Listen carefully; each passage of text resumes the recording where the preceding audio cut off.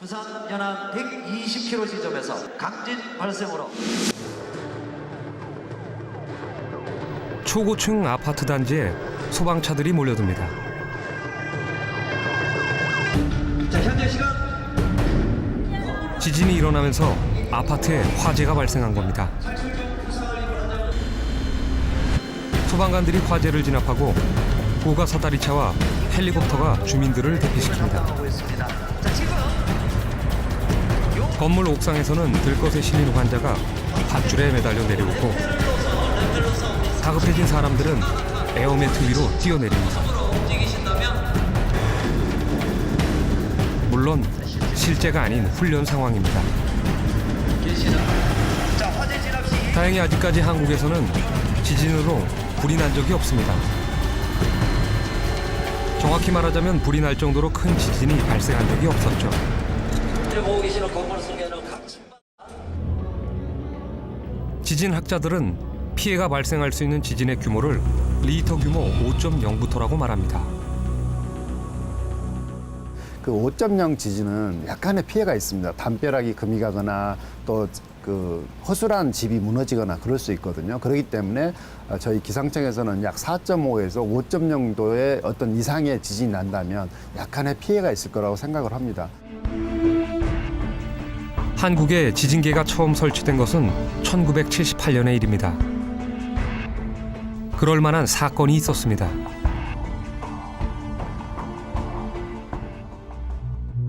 1978년 9월 16일 속리산에서 규모 5.2의 지진이 발생합니다. 3주 뒤인 10월 7일 홍성군에서 규모 5.0 지진이 또다시 발생. 이번에는 건물이 무너지고 사람까지 다쳤습니다. 한 달도 안 되는 사이 규모 5.0이 넘는 지진이 두 차례나 잇따라 발생한 겁니다. 한국에서는 유례가 없던 일. 한반도는 지진 안전지대라던 막연한 믿음이 깨지는 순간이었습니다. 우리나라는 이제 공식적으로 79년부터 지진 관측을 했습니다. 78년, 79년부터. 그때 이제 홍성 지진이 나가지고 홍성 지진을 할 때 우리나라 지진계가 하나도 없었습니다. 그래서 정부에서 부랴부랴 그 이듬해부터 지진을 관측했던 거고. 사람들은 지진이 일정한 주기를 갖고 되풀이된다고 믿고 있습니다. 지진이 빈번한 일본이나 미국에서는 실제로 큰 규모의 지진들이 수십 년 혹은 수백 년 주기로 되풀이되어 온 기록을 어렵지 않게 찾아볼 수 있습니다. 한반도의 경우 피해를 줄 만한 규모의 지진은 대략 10년에서 20년 사이의 주기로 찾아오고 있습니다. 우리가 1978년도 이후로 한국에서는 과학적인 지진 관측 시스템이 구축됐습니다. 그런데 이 30년의 기록을 보면 리히터 규모 3 정도가 1년에 10회 내지 15차례가 일어나고요. 그 다음에 4 정도가 1년에 매년 한 번 정도, 그 다음에 5 정도의 규모는 10년 내지 15년에 한 번씩 일어납니다.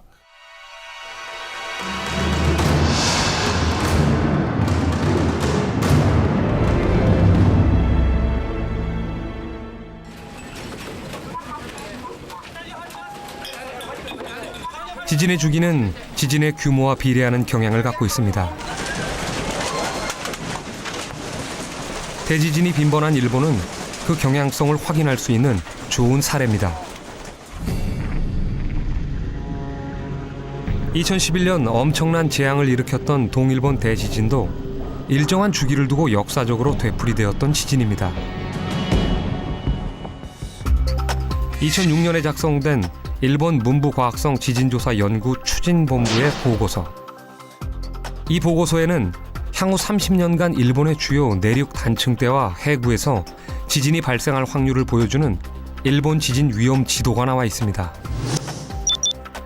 미야기현 앞바다 M7.5, 99%라는 수치가 눈길을 끕니다. 2011년 동일본 대지진을 일으킨 곳입니다. 지진학자들은 동일본 대지진의 발생을 거의 확신하고 있었습니다. 한 경계에서 일어나는 대지진들이 일정한 주기를 갖고 되풀이된다는 학설이 정확하게 맞아떨어진 것입니다. 동일본 대지진 같은 경우에는 서기 900년대에 큰 지진이 한번 발생했던 기록이 이미 있고요. 그것이 이제 약 1000년 만에 이번에 발생하게 된 거고, 그래서 일본 토호쿠 지역에서는 규모 9.0 이상의 지진이 약 1000년에 한 번씩 반복한다고 판단이 되고 있습니다. 마찬가지로 수천성 지진도 그 지역 같은 경우는 2000년 만에 발생한 지진이라고 이해가 되고 있거든요. 일본 도카이 지진과 난카이 지진은 역사적인 주기를 두고 반복 발생하는 것으로 알려진 대표적인 지진입니다. 발생 주기는 100년에서 150년. 지진 규모는 7이나 8 이상에 해당하는 대형 지진입니다. 일본 서남쪽 태평양에서는 필리핀판이 난카이 해곡을 따라 일본 열도의 아래쪽으로 파고 들어가고 있습니다. 이 판은 1년에 5cm의 속도로 일본 열도를 밀어붙입니다. 100년이라는 시간이 경과했다고 가정했을 때 일본 열도를 밀어붙이는 힘은 5m에 이를 정도로 응력이 축적됩니다. 이 정도의 응력이 축적되면 더 이상 버틸 수 없게 된 육지가 바다 쪽으로 반발하면서 지진이 발생하게 됩니다. 판을 계속해서 침강하기 때문에 똑같은 과정이 주기적으로 되풀이되고 결국 거대 지진은 반복적으로 발생하게 됩니다. 東海に関しては、基本的には1944年と46年に起きた地震の際に、破壊し残りみたいな領域があるということが、30年前40年くらい前に、分かりました。でそれによってある意味長期予測が立てられたわけです。で、実際にはその直前に何らかの異常が出るということを期待しています。でその何らかの異常というのは、地震活動の異常もしくは地殻変動の異常です。400년 만에 재발한 대지진도 있습니다. 고베 대지진입니다.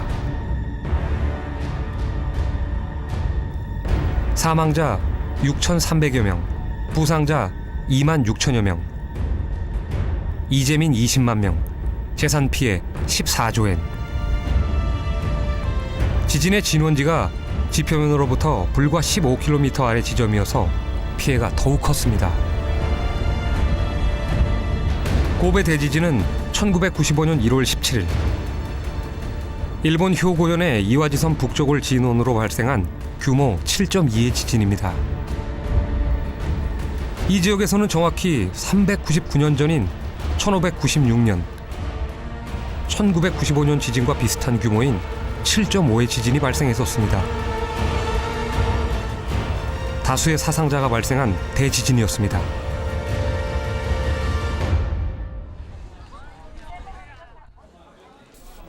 그러나 400년이라는 세월이 흐르는 사이 사람들은 1596년 관서지방에 대지진이 있었다는 사실을 잊어버리고 말았습니다.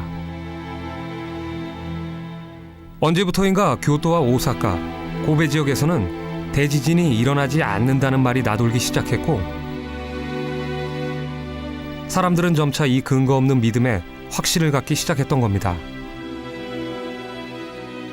고베 대지진은 일본인들에게 지진 안전지대는 없다는 명백한 사실을 다시 한번 각인시켜줬습니다. The Sea of Japan also has earthquakes, fairly shallow. So Japan is in a subduction zone, and there's a lot of stress in the plate above subduction zones because of how the plates interact there. So there are different regions of different kinds of earthquakes that happen in the Sea of Japan, for example.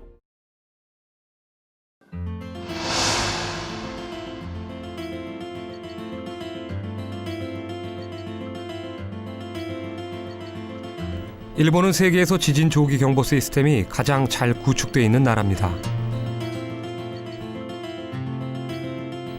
조기 경보를 발령하는 속도 면에서도 세계 어느 나라보다 신속한 것으로 잘 알려져 있습니다. 일본 기상청은 지진이 발생할 경우 단 몇 초 만에 지진 정보를 국민들에게 알려줄 수 있습니다. 지진 계측기가 진동을 포착하는 데 3초, 지진 진동을 계산하는 데 4초, 지진 정보를 분석해 경보를 발령하는 데 3초가량이 소요됩니다. 이를 종합하면 지진 발생 지점과 규모, 추정 진도를 파악하는 데 10초, 지진에 대한 상세한 정보를 알려주는 것도 1분 이내에 가능합니다. 일본 다음으로 지진이 많은 미국과 대만의 경우 지진 조기 경보 시스템은 20초에서 40초 정도 수준입니다. 緊急地震速報、気象庁が行っている緊急地震速報というのはですね、これは地震が起きた後、地震による強い揺れが、周りに、放出された後にその地震波を早期に捉えて、その地震がですね大きなものになるんであれば、それがお知らせするという、情報のことなんですけども、ですのでいかにですね、地震波の早い段階でその、地震波がですねどれだけ強い揺れを及ぼすのかということを予測することが非常に重要で、そういうことで、誤報とかあるいは規模の違いを、減らしていくということが必要になるかと思います。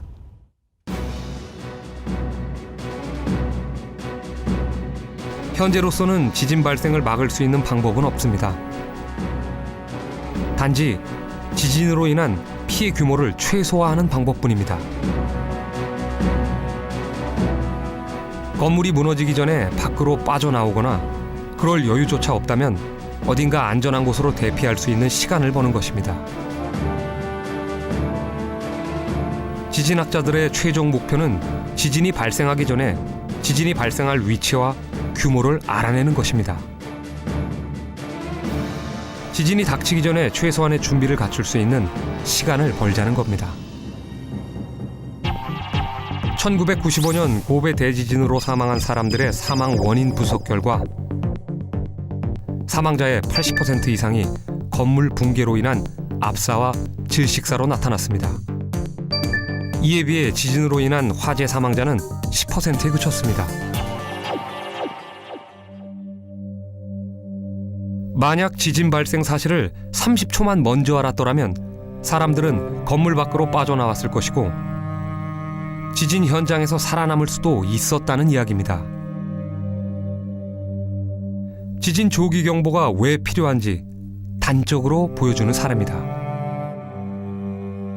まず地震が起きた時の起きる前の準備が大事になります。それはまずやっていただきたいのは家具の固定です。まず一番怖いのは寝てる時に地震が起きた場合、これはもう人間寝てますから意識がないので家具に倒されてしまうことがあります。かつてもう18年ぐらい前に起きた阪神・淡路大震災というのがありますけれども、その地震の死亡した方の原因は建物の倒壊あるいは家具に潰されて亡くなった方というのが非常に多いです。ですのでまず家具の固定をしていただきたい。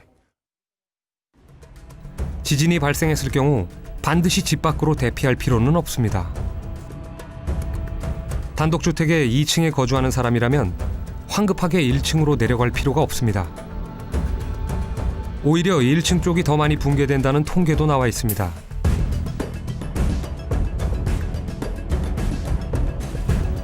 높은 건물로 둘러싸여 있는 경우에는 주변에 붕괴될 가능성이 있는 건물이나 낙하물에 주의해야 합니다. 거리에 나와 있을 때 지진이 발생한 경우에는 길 한복판에 서 있지 말고 내진 설계가 잘 되어 있을 만한 건물을 찾아서 들어가야 합니다. それから逃げる時にはお家の中から出ていく時にはガスの元栓、それから電気のブレーカーはきちんと止めていただきたいんです。っていうのは復旧をした時に後で電気が通電をしたことが原因になって火災が起きることもあります。ですのでそういった災害が起きないようにするためには最初は自分の身を守ってください。まず台所にいるからといってすぐ火を消すよりもまず自分の身を守って揺れが収まってから火を消し、逃げる時にはブレーカーですとかガスの元栓をきちんと止めていただく。そうすると次の災害が起きにくくなります。 일본에서는 지난 2004년부터 실시간 지진 정보를 제공하고 있습니다. 기상청에서 주민들에게 지진 정보가 전달되기까지의 시간을 고려하면 실제로는 지진이 도달하기 전에 이미 지진 정보를 파악하고 있다는 말입니다. 어떻게 이 같은 일이 가능할까? 답은 지진파에 있습니다. 지진이 발생하면 여러 종류의 지진파가 만들어집니다. 이 가운데 지구 내부의 물질을 통과하는 지진파가 있는데 P파와 S파가 여기에 속합니다. P파는 진행 방향으로 물질이 이동하면서 힘을 전달하는 성질을 갖고 있습니다. 말을 할 때나 악기를 다룰 때 발생하는 음파가 여기에 속합니다. P파는 지각 내부에서 초당 6에서 8km의 빠른 속도로 이동하기 때문에 지진파 중 가장 빨리 지진계에 기록됩니다.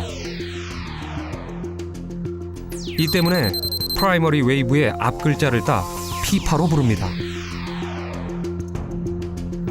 P파와 달리 S파는 진행 방향의 수직 방향으로 전달 물질이 이동합니다. 바다의 파도처럼 물결치듯 움직이는데 지진이 발생할 때 P파의 뒤를 이어 두 번째로 도착하기 때문에 세컨더리 웨이브, S파라 부릅니다. S파는 이동 속도가 초당 3에서 4km로 P파에 비해서 상대적으로 느린 대신 지진에 의한 피해는 대부분 바로 이 S파로 인해 발생합니다. 먼저 도달하는 P파를 감지해 실제로 피해를 일으키는 S파가 도달하기 전에 지진 발생 사실을 알리는 겁니다. P파와 S파가 지표면에 도달하는 속도의 차이는 불과 수십 초에 지나지 않습니다. 그러나 그 수십 초 때문에 지진 발생 지역에서는 생사의 운명이 바뀔 수도 있습니다.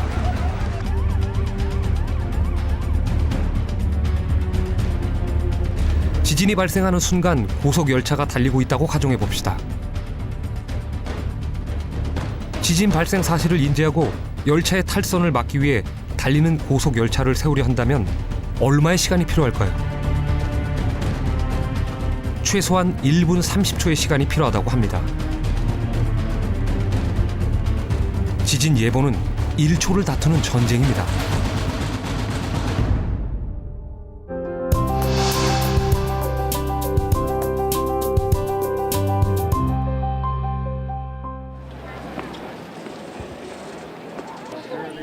UC 버클리 지진연구소 박사과정의 칭카이 연구원. 칭카이 씨는 현재 실리콘밸리의 도이치 텔레콤과 공동으로 야심찬 프로젝트 한 가지를 진행하고 있습니다. 스마트폰을 이용해 지진을 실시간으로 감지하는 것입니다. 그는 스마트폰에 내장되어 있는 가속도 센서에서 아이디어를 착안했습니다. 스마트폰에는 위치를 파악하는 GPS와 함께 세로 방향인지 가로 방향인지를 스스로 인식해 화면 방향을 보정해주는 중력 센서, 그리고 스마트폰이 움직이는 속도의 변화나 충격을 감지하는 가속도 센서가 있습니다. 스마트폰이 움직이는 정도를 수치화할 수 있는 가속도 센서는 주로 전화기 화면을 기울이는 방향에 따라 회전시키거나 게임을 할 때 사용돼 왔는데 이 센서를 지진 진동을 감지하는 데 활용한 겁니다. So when you use a smartphone and when you change the orientation of the smartphone and the screen will change with it automatically. So this is because they installed the accelerometers inside the smartphone.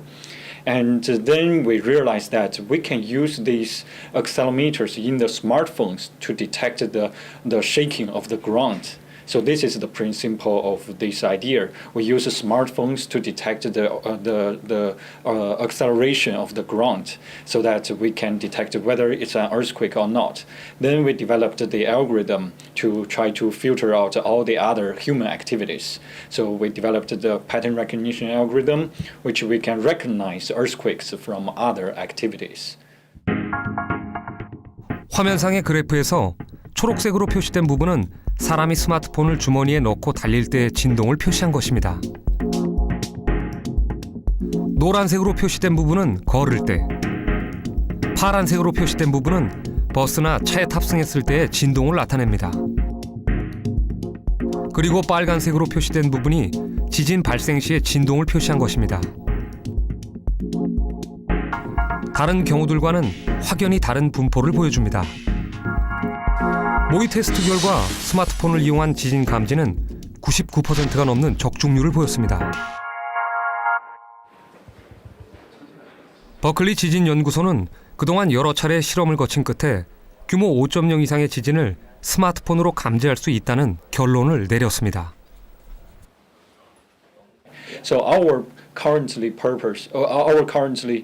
thinking is that so during this year we will roll out the app to the market, and then we have thousands of users in the Bay Area first, because we still need to test, and also we need collecting more data to refine our parameters of this algorithm. And then after that, probably next year or the following year, we will extend this to the whole world, and probably you can get the app from the Google Market. Yeah. 연구진이 가장 기대하는 부분은 전 세계 수억 명의 스마트폰 사용자들이 지진 정보를 실시간으로 주고받을 수 있다는 점입니다.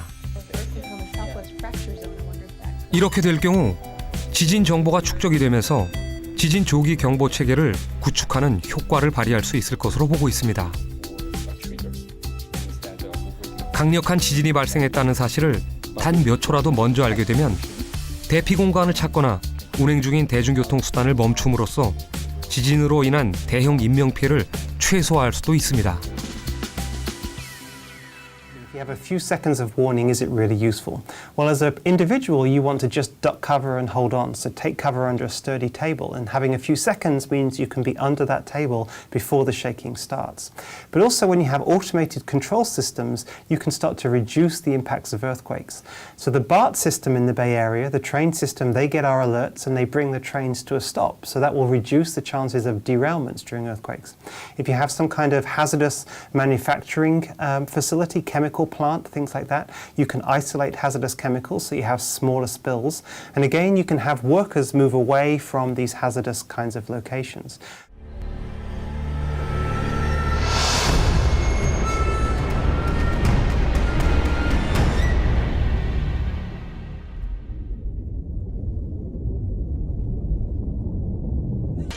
(1976년 7월 28일) 새벽 3시 중국 허페이성 탕산에 규모 7.8의 대지진이 발생합니다.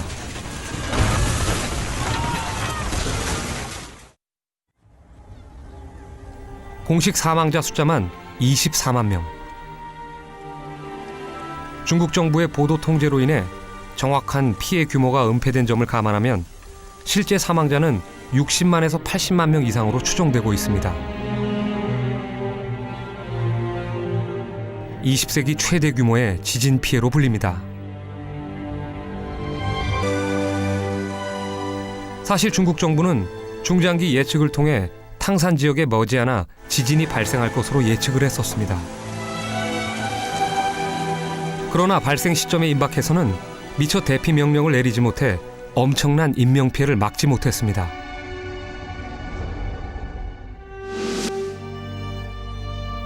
중국에서는 1년 전에도 비슷한 규모의 지진이 있었습니다. 1975년 2월 4일 랴오닝성 하이청. 당시 지진의 규모는 7.2. 큰 피해가 났지만 사망자는 탕산 지진의 200분의 1 수준인 1328명으로 집계됐습니다. 정부가 지진 발생을 예측하고 주민들을 미리 대피시킨 덕분이었습니다. 하이청 지진의 경우에는 대지진 발생 3개월 전부터 이상한 전조 현상들이 보고되었습니다. 지하수의 수위가 급격히 변하고 산사태가 일어나면서 지면의 경사도가 변했습니다. 한겨울에 뱀떼가 도로로 기어나와 얼어 죽고 말이 날뛰기도 했습니다. 대지진 발생 전날에는 장기간의 지진이 없었던 지역에서마저 크고 작은 지진들이 발생했었습니다. 정부는 2월 4일 오전 10시 반에 지진 예보를 발령했고 저녁 7시 30분 대지진은 현실이 됐습니다. 우리가 일기예보도 그 하늘에다가 이렇게 저 관측기구를 띄워가지고 풍향, 풍속, 뭐 기압을 다 재가지고 컴퓨터에 넣어서 컴퓨터가 작동해가지고 일기예보를 내도 틀린 경우가 있지 않습니까? 지진의 경우는 말이죠. 땅 속에서 일어나는 현상이기 때문에 땅 속을 볼 수가 없어요. 예보가 굉장히 어려운 겁니다. 지진 조기 경보 체제는 그 지진 예보가 불가능한 상황에서 굉장히 중요한 그런 문제입니다. 하이청 지진은 지진을 미리 예측한 세계적으로도 유일한 사례로 손꼽힙니다. 1년 간격을 두고 비슷한 규모의 지진이 나란히 발생했지만 예측에 성공한 지진과 실패한 지진의 결과는 하늘과 땅 차이였습니다.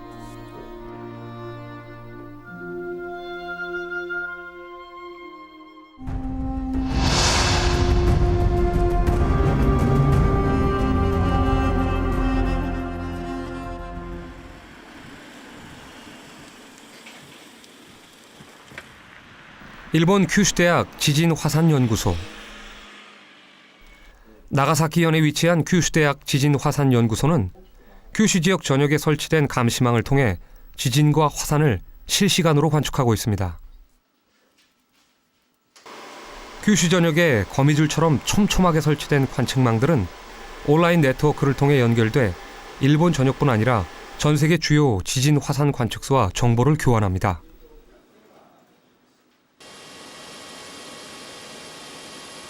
지금까지 큐슈 지역은 일본의 다른 지역에 비해 상대적으로 지진이 덜 발생하는 것으로 알려져 왔습니다. 그러나 지난 2005년 큐슈 북쪽인 후쿠오카 북서 해역에서 규모 7의 지진이 발생하면서 상황이 달라졌습니다. 2005년 3월 20일 후쿠오카 앞바다에서 발생한 지진은 대한 해협을 건너 부산과 경남 지역을 강타했습니다. 한반도 남부 지역에서 감지된 지진 진동은 규모 4에서 6 사이. 곳곳에서 고층 아파트와 대형 건물이 흔들리고 놀란 시민들은 집 밖으로 뛰쳐나왔습니다. 큐슈 북쪽과 대마도 앞바다에서 시작된 쓰나미 주의보는 제주도와 동해, 남해안까지 확대됐습니다. 한국과 일본 큐슈와의 거리는 200km 정도. 서울 부산 거리의 절반 정도에 불과합니다. 만약 일본 규슈 지역의 규모 8 이상의 대지진이 발생한다면 한반도에는 어떤 일이 생길까? ですね、2005年ですねに、九州の玄界灘福岡市の、北側の海の中で、マグニチュード7という大きな地震が発生しました。でそういうことはやっぱり今後もですねあり得ると。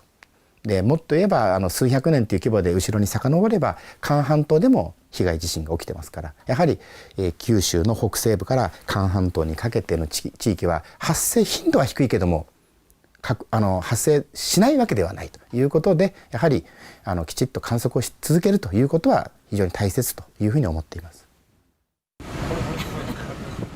규슈 지역은 일본 최대 화산 지역입니다. 나가사키에는 온젠 화산이 있고 구마모토에는 아소산이, 가고시마에는 사쿠라지마 화산이 자리 잡고 있습니다. 일본에는 지금 당장이라도 분화할 수 있는 화산이 100개가 넘습니다. 사쿠라지마 화산은 이 가운데서도 최근 가장 강한 활동성을 보이고 있는 화산입니다. 사쿠라지마 화산이 처음 분화한 것은 1914년.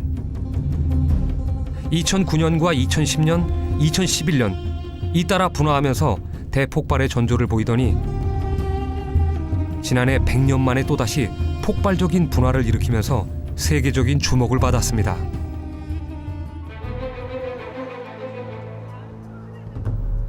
사쿠라지마 화산은 현재 진행형입니다.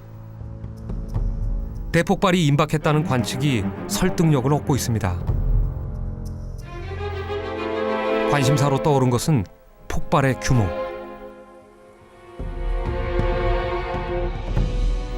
(100년) 전 엄청난 피해를 초래했던 대폭발이 재현되지는 않을까 하는 겁니다. 일본인들은 1914년 1월 12일에 사쿠라지마 화산 폭발을 다이쇼 대분화라고 부릅니다. 화산 폭발로만 58명이 목숨을 잃었고 반경 200km 지점에 7.1의 지진이 발생하면서 다시 35명의 지진 사망자가 발생했습니다.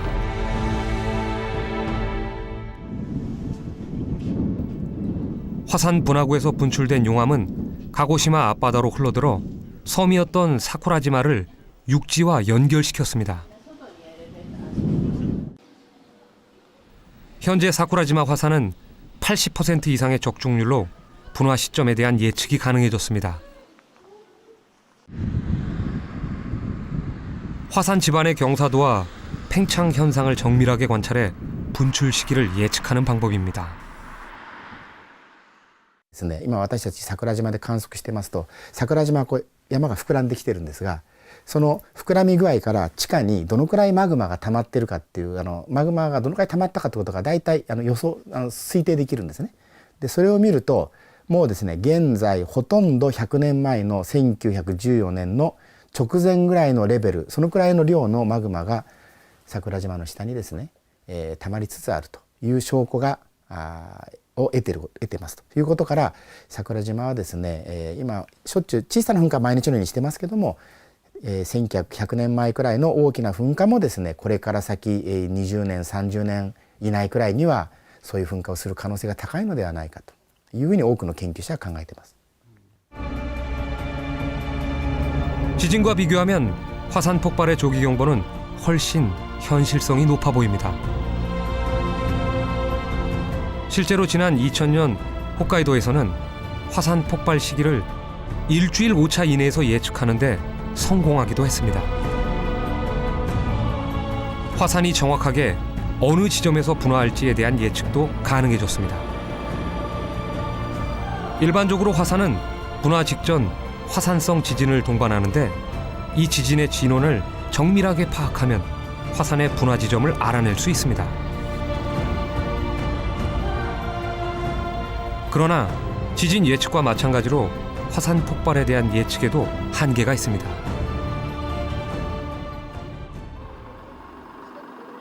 일본 정부는 분화 가능성이 있는 전국의 모든 화산을 활동성에 따라 3등급으로 나누어 놓았습니다. 활화산만 108개에 달합니다. 활화산이 위치하고 있는 지자체에서는 화산 대책을 미리 검토해 분화 시 정보 전달과 피난 대책을 세우도록 하고 있습니다. 활화산의 활동성은 6단계로 나뉩니다. 레벨 0은 장기간 화산 활동에 징후가 없는 단계. 레벨 1은 조용한 화산 활동을 보이는 단계. 레벨 2는 약간 활발한 화산 활동을 보이는 단계를 가리키고, 레벨 3은 소규모에서 중규모의 분화 활동을 보이는 화산. 레벨 4는 중규모에서 대규모의 분화 활동을 보이는 화산. 레벨 5는 매우 대규모의 분화 활동을 보이는 화산을 말합니다.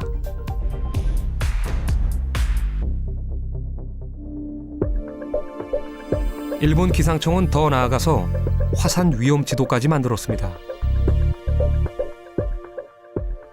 위험도가 높은 30여 개의 화산을 분화 양식이나 화산 쇄설류와 용암류의 유무와 도달 범위, 화산재의 퇴적량 등을 사전에 예측하고 있는 겁니다.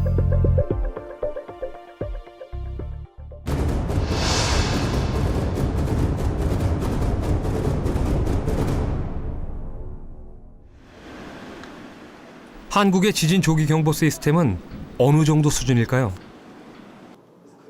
우리나라도 지진 조기 경보 시스템 도입을 추진하고 있습니다. 현재로서는 지진 발생에서 지진 정보 발표까지 4분 정도가 걸린다고 하는데 국민들이 실제로 지진 정보를 제공받기까지에는 시간이 더 소요될 수도 있습니다. 100년 전부터 지진 연구를 시작한 미국이나 실시간 지진 정보를 제공하는 일본에 비하면 한국은 이제 막 걸음마를 뗀 것이나 다름없습니다.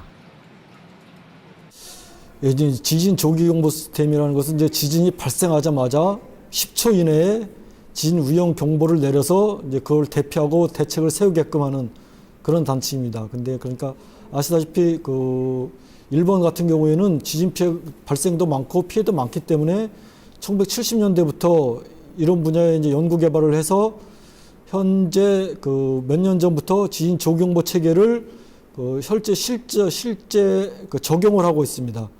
근데 또 그 다른 나라 뭐 미국이나 이태리 같은 경우에는 기술 개발을 거의 완료하고 시험 평가하는 단계에 있습니다. 우리나라도 이제 이것이 이제 국제적인 흐름이 지진 조기 경보를 연구해서 적용하는 그런 그 흐름으로 가기 때문에 현재 우리나라에서도 지진 조기 경보를 위한 기술을 개발하고 있는 이런 단계입니다. 그래서 앞으로 한 5년 내지 3년 내지 5년 후면은 이것의 유용성을 검증할 수 있는 평가 단계에 진입할 걸로 그렇게 생각을 하고 있습니다. 우리나라는 유라시아판이라는 거대한 지각판의 내부에 위치하고 있습니다. 판 구조론에 따르면 대지진은 판의 경계 부분에서 발생할 뿐 이 같은 판의 내부 지역은 그동안 지진 안전지대로 알려져 왔습니다.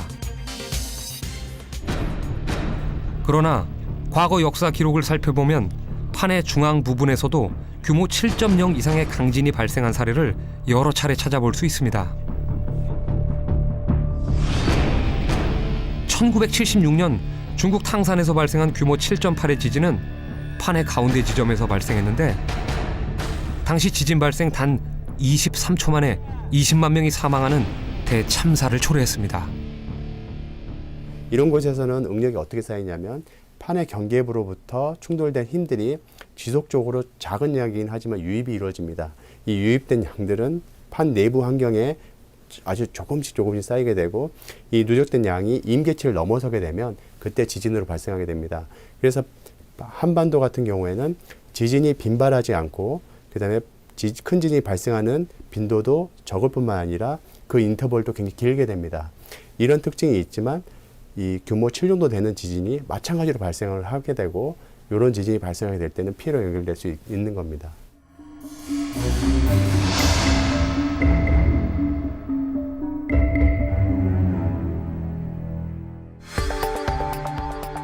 이 화면은 서기 27년부터 1810년까지 1800년 동안 한반도의 역사 지진을 그래픽으로 나타낸 그림입니다. 지도상에서 붉은색 동심원으로 나타나는 부분이 진도 9에 해당하는 지진, 보라색 동심원이 8에 해당하는 지진입니다. 지난 1800년 동안 한반도에서는 진도 9에 해당하는 지진이 12번, 8에 해당하는 지진이 19번, 5 이상의 지진은 389번이나 발생했습니다. 이번에는 기상청에서 공식적으로 지진 관측을 실시한 1978년부터 현재까지의 지진 발생 현황입니다. 지도에서 초록색 동심원은 규모 3에서 4까지의 지진을, 보라색은 4에서 5 사이의 지진을, 붉은색은 규모 5에서 6 사이의 지진을 나타냅니다.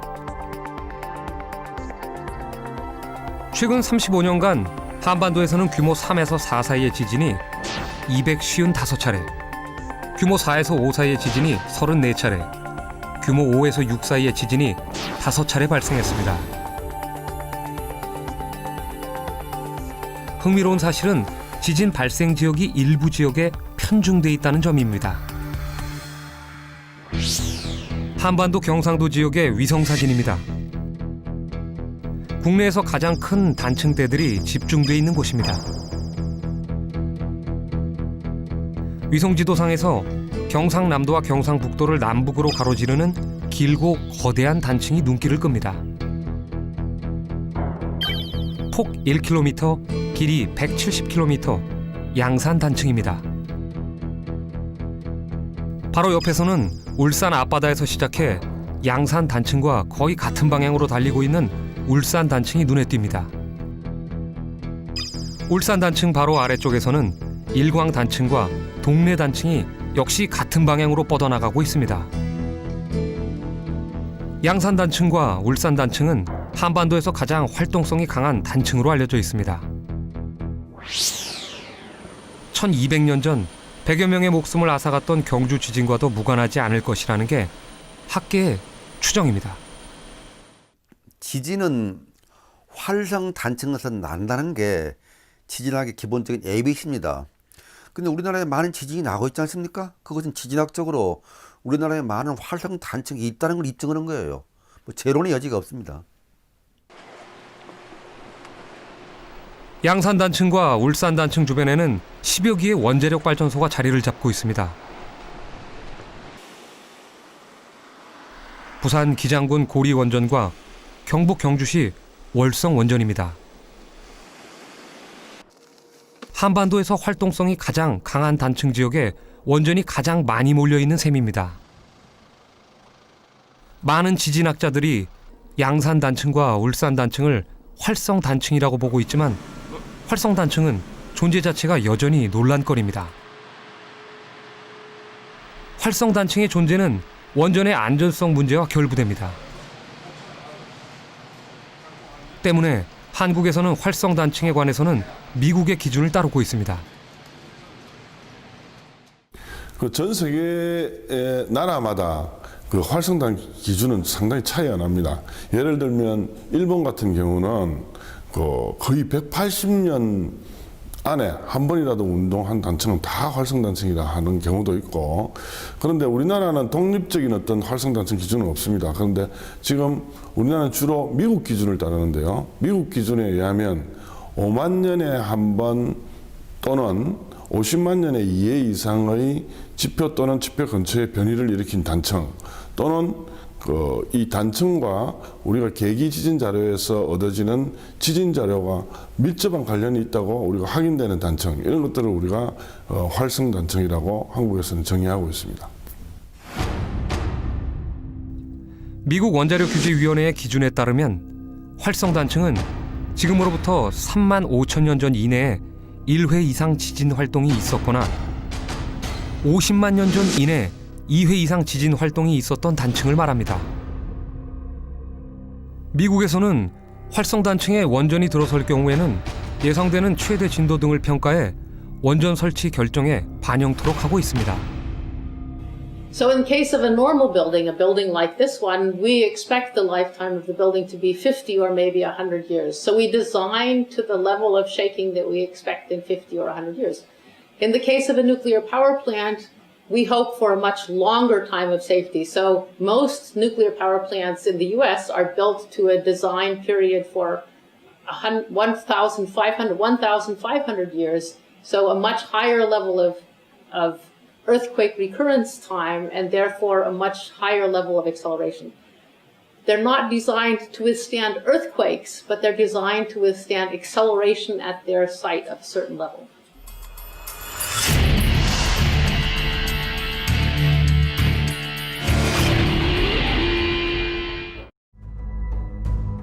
최근 지진학자들은 중국의 대지진들 가운데서도 북중국 지계와 남중국 지계의 경계에서 발생하는 지진들에 주목하고 있습니다. 북중국 지계와 남중국 지계 사이에 충돌 지계가 존재하는데 이 충돌 지계가 한반도의 어디를 지나고 있을 것이라는 추측입니다.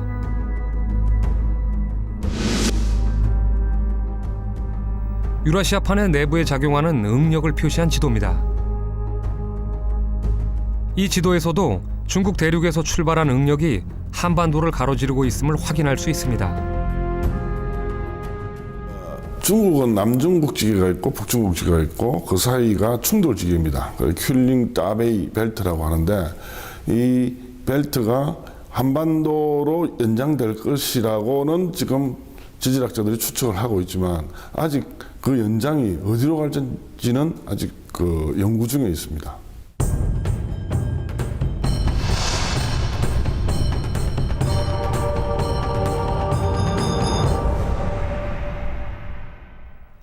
지진과 단층의 세계에서 인간이 그어놓은 국경은 아무런 의미가 없습니다.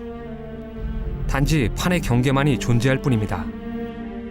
육지와 바다의 경계도 무의미합니다. 대륙 지각이 암석으로 덮여 있고 해양 지각이 바닷물로 덮여 있다는 것이 다를 뿐입니다. 지구의 겉부분을 감싸고 있는 지각판은 크게 13개로 나뉩니다. 2개 이상의 지각이 충돌하게 되면 그곳에 응력이 발생하게 됩니다. 응력이 계속 쌓이다가 더 이상 견딜 수 없는 상황이 되면 그때까지 쌓였던 에너지가 분출됩니다. 이것을 우리는 지진이라고 부릅니다.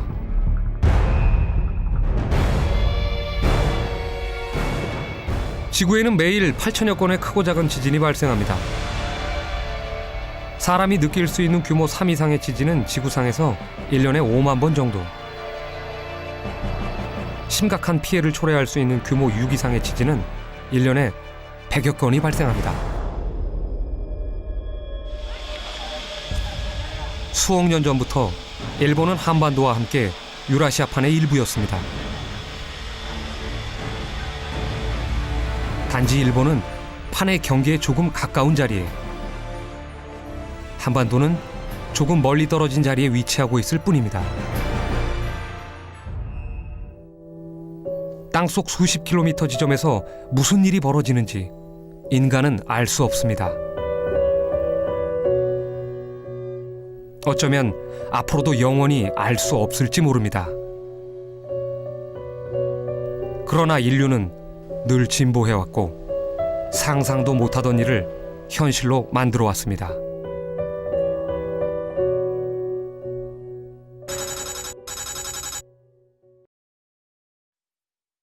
これは難しいところで、昔にもその現在実用となっている技術で過去に不可能であることが証明されたことっていっぱいあるんですね。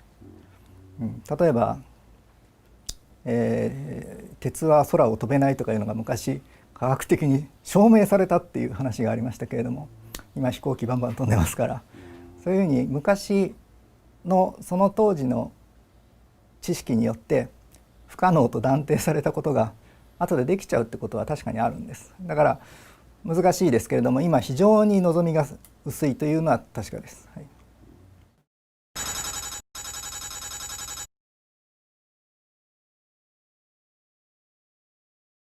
Of course, this is the purpose we try to do research on this. Actually, so when an earthquake occurs and it generates a P wave and S wave, and then we detect the P wave, and because P wave travels faster with less energy, but the S wave travels slower but with more energy. It's more damaging.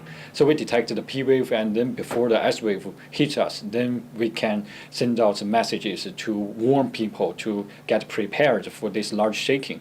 So this is exactly the purpose we try to use smartphones. Because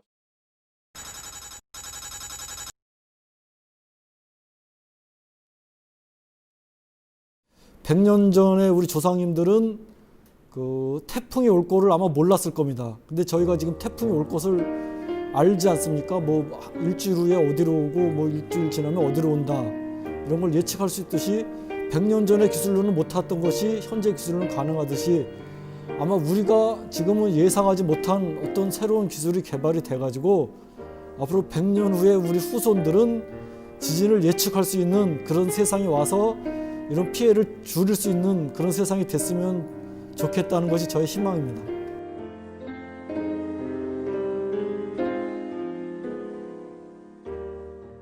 이어서 이어서 내일의 지진 예보입니다. 내일은 동해남부 해안을 따라서 규모 2.0에서 3.0 사이의 지진이 발생할 가능성이 있습니다.